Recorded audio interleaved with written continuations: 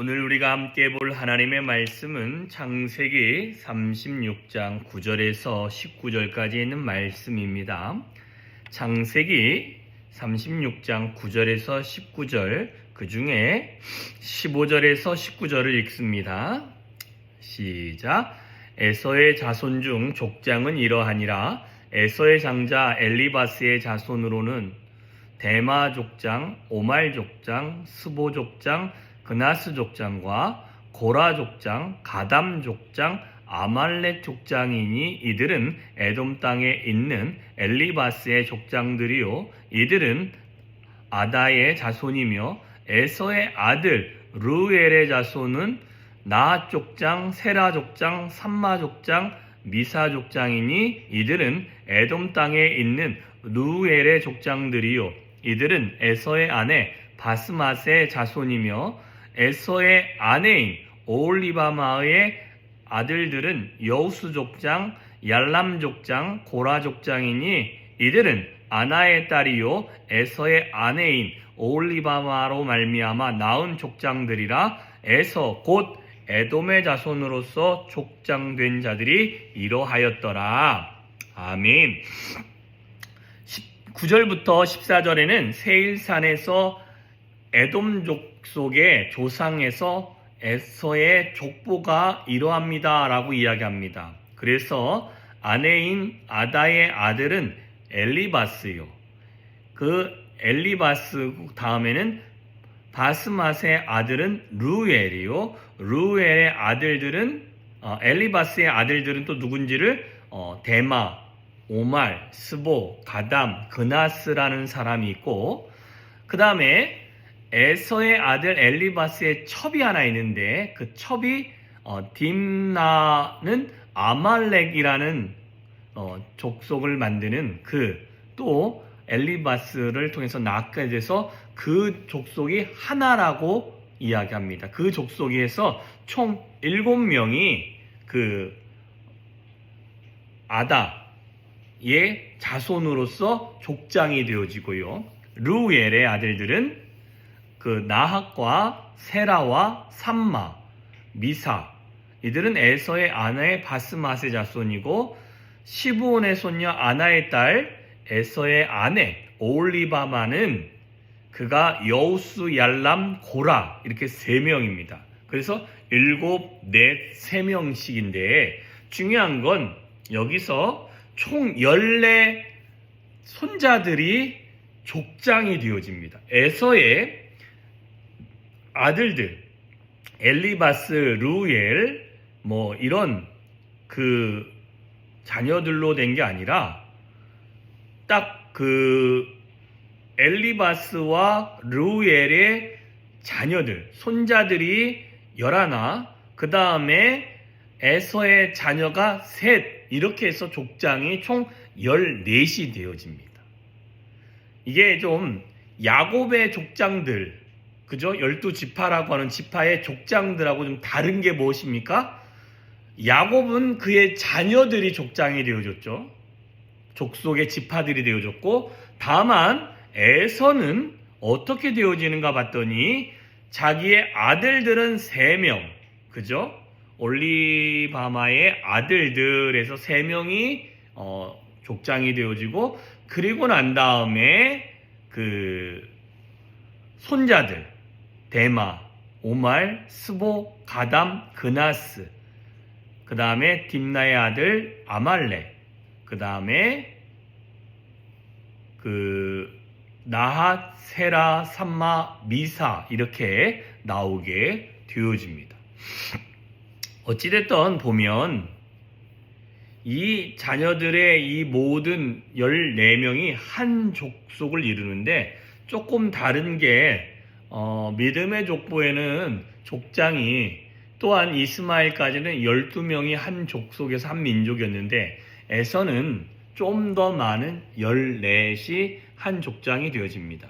그래서 이런 부분이 뭔 의미가 있는가 하고 좀 주석을 보니까 여기에서는 그렇게 의미 부여를 하지 아니했습니다. 다만 특징으로 나오는 것이 다른 데는 이스마엘의 자손, 이스마엘의 아들들 12, 그 다음에 야곱의 자녀들 12 이렇게 나왔는데 유일하게 에서부터는 자녀가 아닌 자기의 자녀들뿐만 아니라 그의 손자들로 인해서 형성이 된 족속들이 되어졌다라고 알려주고 있습니다. 그런데 좀 새로운 것이 뭐냐면 에서의 자손들을 족장이 되어지고 에돔이라는 나라를 만들어지는 그 형성하는 과정에서 한 가지 좀 살펴볼 수 있는 것은 딱 이겁니다. 하나님은 그 한 민족을 이룸에 있어서 자기의 자녀들로만 형성이 되지 않고 그 밑에 자녀들까지 형성해서 14족속을 만드는데 이 족장들을 만들 때의 기준이 무엇이었을까? 자녀를 7 낳았으니까 그 7이 한 족장이 되어진다?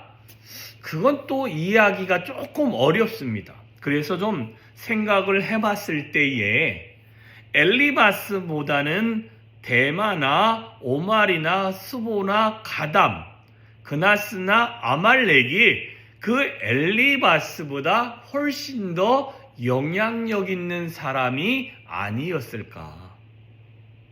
그리고 루엘의 아들들은 보면 그 나세라, 삼마, 미사라는 사람들이 그 아버지보다. 근데 이 두 여인들은 가나안 땅에서 얻었던 아내들을 통해서 낳은 아들들이죠.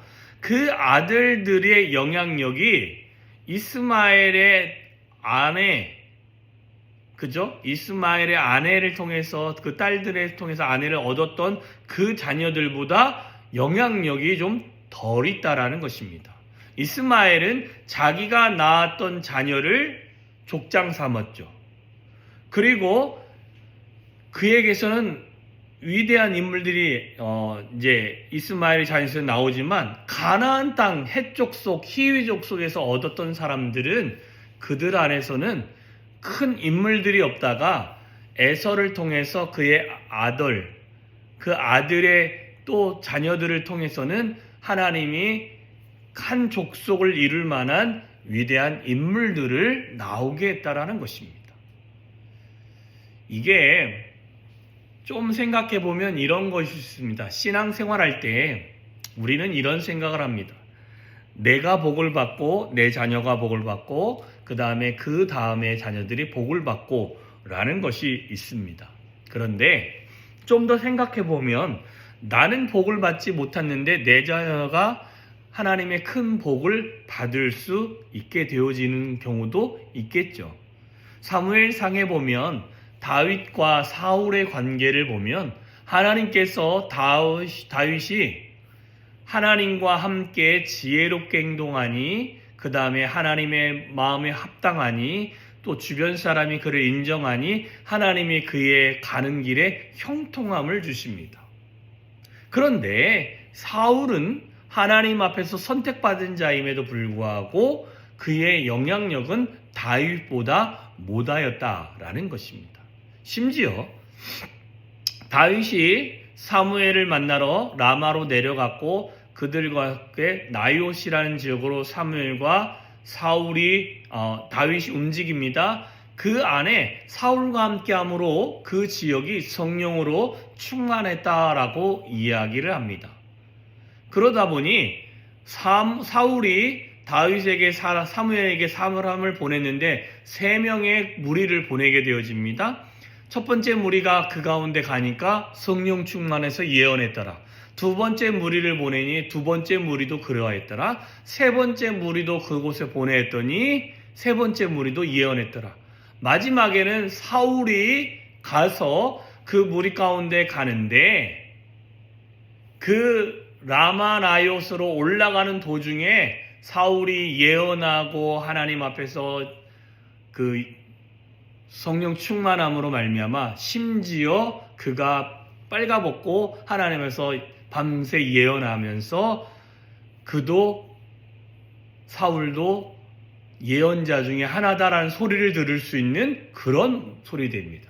자, 거기서 보면 사무엘과 다윗이 있었는데 사무엘이라는 영향력 있는 사람이 있으니 그곳에 속한 사람들이 다 성령 충만함을 경험하게 되어지죠.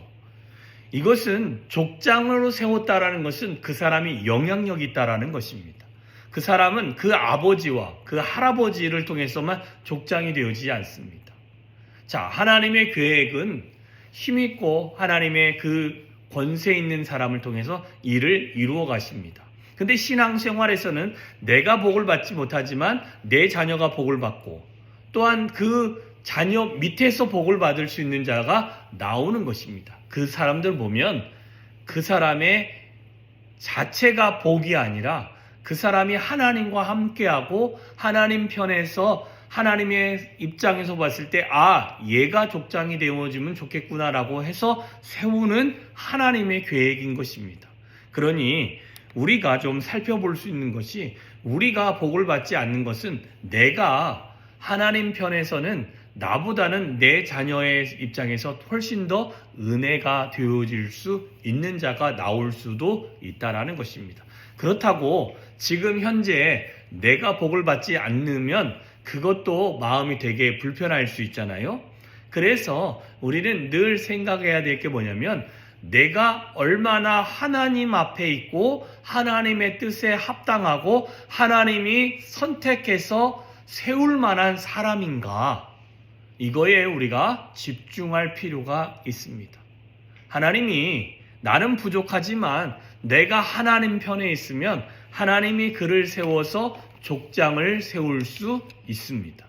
이처럼 우리가 신앙생활함에 있어서 나는 왜 이런가가 아니라 내가 하나님 편에 하나님의 입장에 맞는 사람인가, 하나님 앞에 기뻐할 수 있는 사람인가, 하나님이 기뻐할 만한 사람인가를 생각하면서 나아간다면 우리는 얼마든지 늘 우리의 삶에서 하나님의 은혜와 하나님의 복을 누리는 자가 되어질 줄 믿습니다. 그런 하나님의 은혜가 저와 여러분의 삶에 늘 충만하기를 주님의 이름으로 축원합니다. 기도합니다. 좋으신 하나님의 은혜가 오늘 우리의 삶에 임하기를 소망합니다. 정말 에서의 자녀들 중에서가 아니라 그 자녀들과 그의 손자들을 통해서 한 민족의 족장을 이룬 것처럼 하나님, 우리 안에서도 하나님께서 세울 만한 사람이 되어지기를 소망합니다. 하나님이 볼 때 하나님 마음에 합당한 자가 되어지기를 소망하고 하나님의 은혜를 누리며 하나님의 은혜뿐만 아니라 하나님의 복을 누릴 수 있을 만한 사람이 되어져서 하나님이 베푸시는 그 은혜를 누리고 또한 경험하고 그것들을 자녀들에게 흘려보낼 수 있는 믿음의 자녀들, 또한 믿음의 족장들, 믿음의 아비들, 어미그들이 되어질 수 있도록 주여 은혜를 내려 주시옵소서. 그런 신앙을 부여잡을 수 있는 우리들이 되어질 수 있도록 하나님이여 함께하여 주시옵소서. 하나님의 크신 은혜가 우리 가운데 임하기를 소망하며 예수님의 이름으로 기도했습니다. 아멘.